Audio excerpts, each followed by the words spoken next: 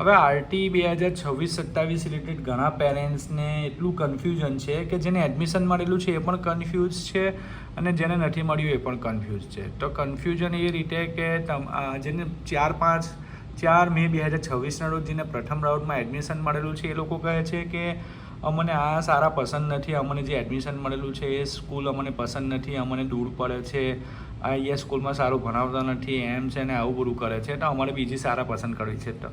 તો અમારે શું કરવાનું? અને જેને નથી મળ્યું એ પણ કન્ફ્યુઝ છે કે હવે અમારે શું કરવાનું, અમારે બીજો રાઉન્ડ બહાર પડશે, ક્યારે પડશે? તો બીજો રાઉન્ડની હજુ કોઈ ડેટ બહાર પડી નથી ઓફિશિયલ વેબસાઇટ પર.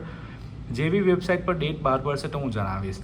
તો તમે ઓફિશિયલ વેબસાઇટ ખોલશો રાઇટ ટુ એજ્યુકેશનની, ત્યાં પર તમારા કેટલાક ક્વેશ્ચનના આન્સર આપેલા હોય છે.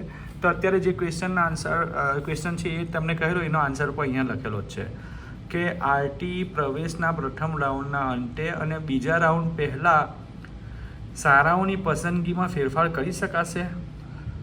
તો એનો જવાબ છે કે હા. આરટી હેઠળ પ્રવેશનો પ્રથમ રાઉન્ડ જાહેર થયા બાદ પ્રવેશ ફાળવેલ જે તે શાળામાં જઈ વિદ્યાર્થીઓએ સમય મર્યાદામાં પ્રવેશ મેળવી લેવાનો રહેશે તથા જે તે શાળાએ જરૂરી ડોક્યુમેન્ટ્સ જમા કરીને વેબ પોર્ટલ પર સમય મર્યાદામાં અપલોડ કરવાના રહેશે. સમય મર્યાદા પ્રવેશ ન મેળવનાર વિદ્યાર્થીઓને આરટીનો પ્રવેશ રદ કરવામાં આવશે. ત્યારબાદ બીજા રાઉન્ડમાં પ્રવેશ ફાળવતા પહેલાં પ્રથમ રાઉન્ડના અંતે પ્રવેશથી વંચિત રહેલાને વિદ્યાર્થીઓને એસએમએસથી જાણ કરવામાં આવશે. જાણ કર્યા બાદ જણાવેલ સમય મર્યાદામાં વેબ પોર્ટલ પર જઈ પોતાની એપ્લિકેશન નંબર અને જન્મ તારીખ નાખી લોગિન કરવાનું રહેશે.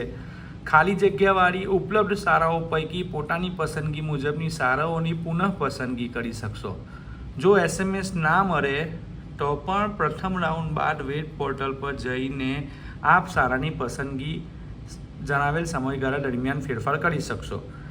હવે પ્રથમ રાઉન્ડમાં જે વિદ્યાર્થીઓને પ્રવેશ ફાળવેલો હોય અને જે તે શાળામાં પ્રવેશ મેળવેલ હોય કે ના હોય તેવા વિદ્યાર્થીઓને પ્રથમ રાઉન્ડ બાદ અને બીજા રાઉન્ડ પહેલાં પુનઃ શાળાની પસંદગી કરી શકશે નહીં. આટલા ચોખ્ખા શબ્દોમાં લખેલું છે, તો થોડુંક ધ્યાનથી વાંચજો અને જેમ કોઈ કહે એ પ્રમાણે ના કરતા પણ જે પ્રમાણે રૂલ્સ અને રેગ્યુલેશન છે એ પ્રમાણે જ ધ્યાન આપજો.